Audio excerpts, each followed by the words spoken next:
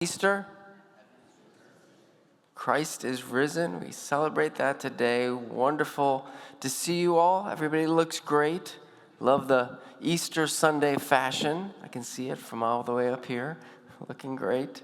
Hope you all had some good treats this morning. I know somebody already told me they had cookies for breakfast. Wonderful. Hope you had some good chocolate, not that, hollowed out kind, but like solid chocolate. And, maybe super healthy, because when I look online, we seem to be often so hyper-fixated, different fads for health, even maybe our sweets. Maybe you had a protein-maxed Easter bunny or a, probiotic Easter egg. Seems to be everywhere.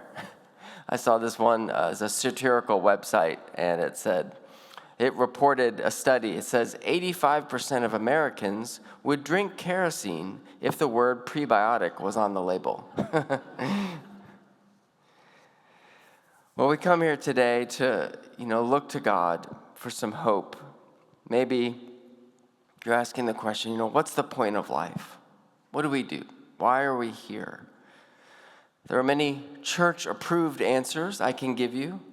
Wonderful truths that are ancient. But after 20 years of being an ordained pastor, decades of meeting with people in the ups and downs of life, I can tell you that relationships are the most impactful force in people's lives. From childhood till our deathbed. Relationships, the quality of relationships in our life from our past, or the lack of relationships, affect us forever. As the latest generation enters the real world, leaving college, going into jobs, they are apparently finding relationships to be an elusive thing, with everybody's nose in their phones. Phoneless parties are on the rise, right? Where you can't get into the party without checking your phone at the door to help people connect and meet with others. There are even bars and restaurants that are now doing a thing where they collect phones as you enter. The bar staff notes that customers are starting to talk to each other more, and in some cases, make eye contact. One article, a journalist interviewed 20-somethings in New York City that have traded in their smartphones for a dumb flip phone. They talk about how they enjoy the escape, but they have to do other things without, their smartphone. One woman says, I carry a map, a New York City map, so I can, find where to go to meet people. Another one bought a camera, with real film. And he says that this limited number of shots has really taught me patience, pausing to take the right photo. Another one said, I can really, without my smartphone, I can sit and do nothing for periods of time. He says, it is profound. We've come so far as a society, right? When that's a victory. The best part, one man said about this flip phone is, he says, I charge my phone for 15 minutes once every 5 days. Now that's living the dream. That's freedom. But everybody wants to connect, right? We crave people, but because of phones, social media, we feel more polarized than we actually are. But we're also not practiced in conflict resolution, don't know how to argue, how to deal with things with other people. Author Christine Emba wrote an article titled, The Reason Gen Z Isn't Dating. She says a study found that 30% of young adults only 30% are actively dating. Only 50% were interested in finding a relationship. And only a quarter felt confident about approaching a potential partner or dealing with setbacks. She notes the problems with our online isolating world and that many young adults are looking for ways to unplug from the phones that their parents gave them when they were kids. In addition to the phoneless parties and outings, she noted a growing enthusiasm for granny hobbies like knitting. Her words, not mine. She also notes that dating apps can be quite unhelpful and that social media overflows with dating advice. She says, all the massive advice can make us worse at love. Author Freya India says, scrolling on TikTok can give you 30 different videos with contradicting dating advice. She says, all this advice, and yet I don't feel I'm any happier. I can't say I'm better at loving. Are we a more patient, generous, forgiving generation? All I see is a whole load of people articulate in advice, but illiterate about love and commitment. I think it's making us less human.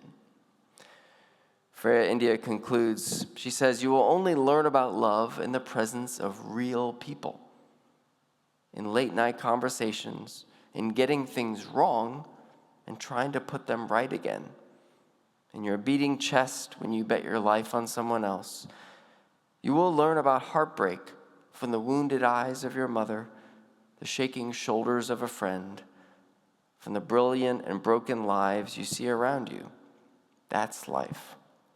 And it comes out of regrets, mistakes, out of the pain of people you know and love. End quote. I think she hits on something real, that we don't need more advice. We don't need more intelligence, natural or artificial. We need connection. We need fraught relationships with other people. These are the people that Jesus decided were worthy of saving, were his resurrection projects, like Peter and Mary.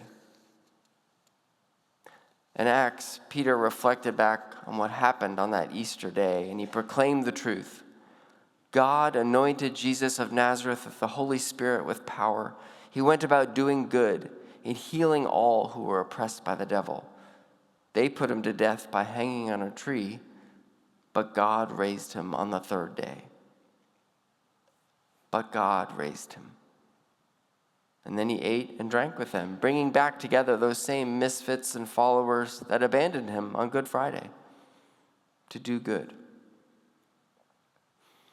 Jesus connecting misfits since 30 AD.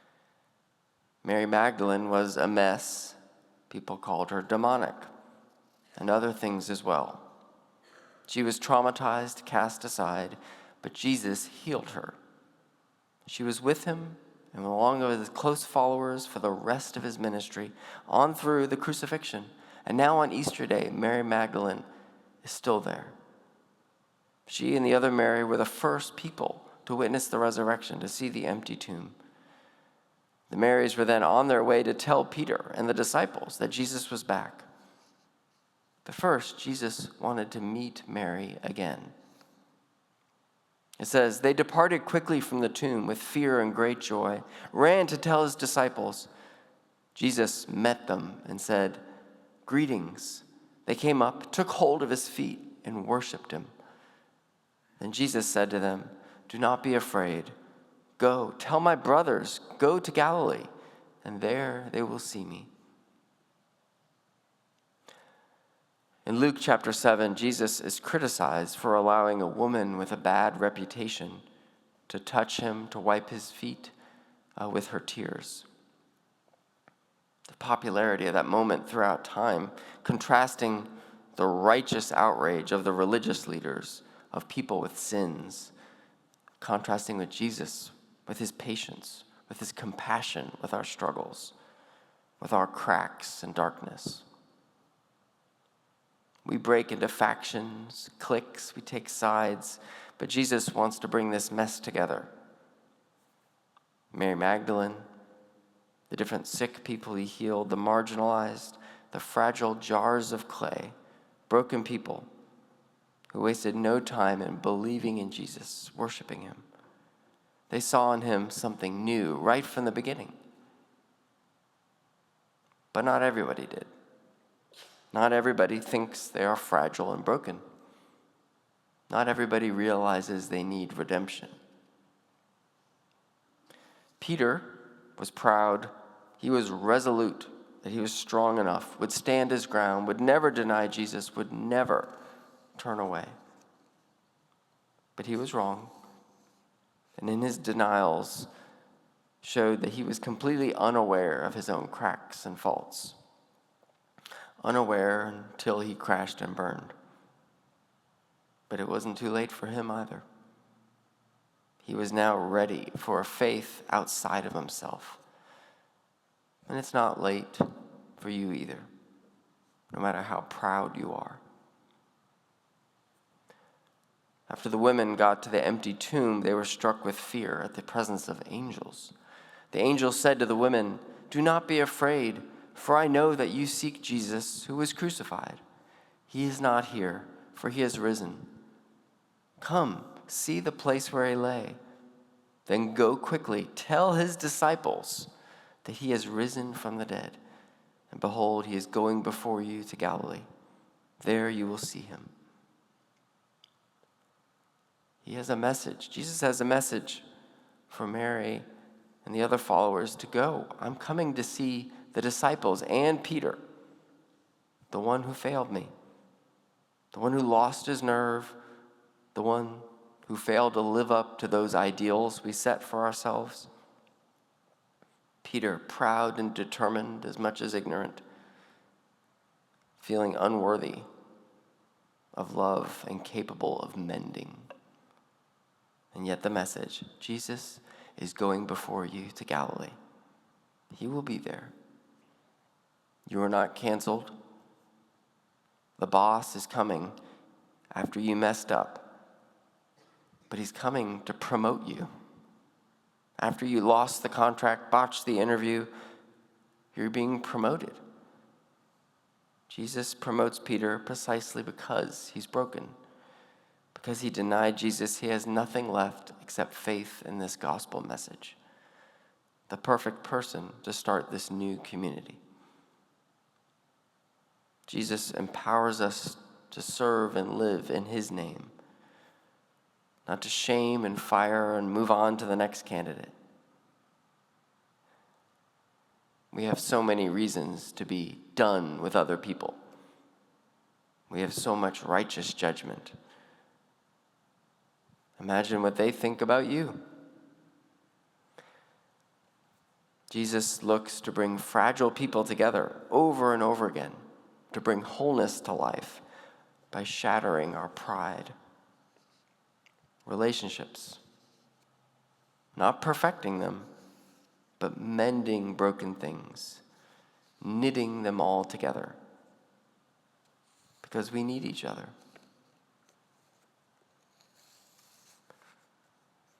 Behold, Jesus met the women and said, "Greetings." They took hold of his feet and worshiped him. Jesus met them. Jesus went before them to Galilee. Jesus comes to us, takes the initiative, engages the fearful, the confused. Christianity is an equalizing faith. Our sinful behaviors are revealed in the light of Christ, but yet they are reconciled. As St. Paul says, we have a ministry of reconciliation.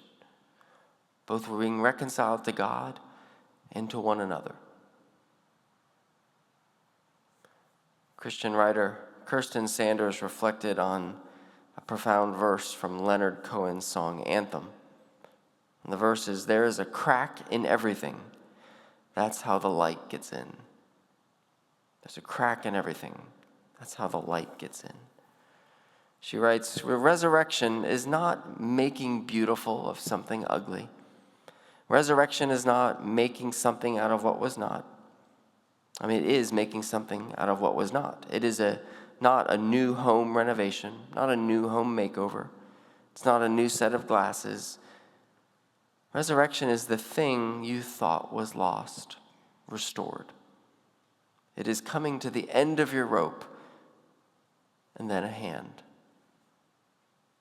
It is falling asleep in the dark and waking up in a room bathed in glorious light. End quote. Relationships are hard because people are. We ask God to give us the grace and the courage to be brought together under his most gracious rule. To understand the love and light is found in the cracks and fractures of our lives. To be a a group of people united in our need for mercy, set forth into the world to pass on that kind of love and hope, both to those who are isolated and to those too proud to admit it. Amen.